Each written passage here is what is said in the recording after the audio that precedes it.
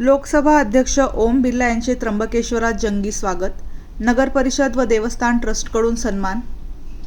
लोकसभेचे अध्यक्ष माननीय ओम बिर्ला साहेब आज त्र्यंबकेश्वर दौऱ्यावर आले असता त्यांचे त्र्यंबकेश्वर नगर परिषद आणि देवस्थान ट्रस्ट यांच्या वतीने उत्साहात स्वागत करण्यात आले.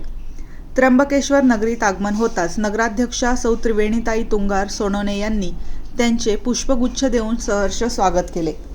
यावेळी त्र्यंबकेश्वर देवस्थान ट्रस्टचे विश्वस्त मोठ्या संख्येने उपस्थित होते.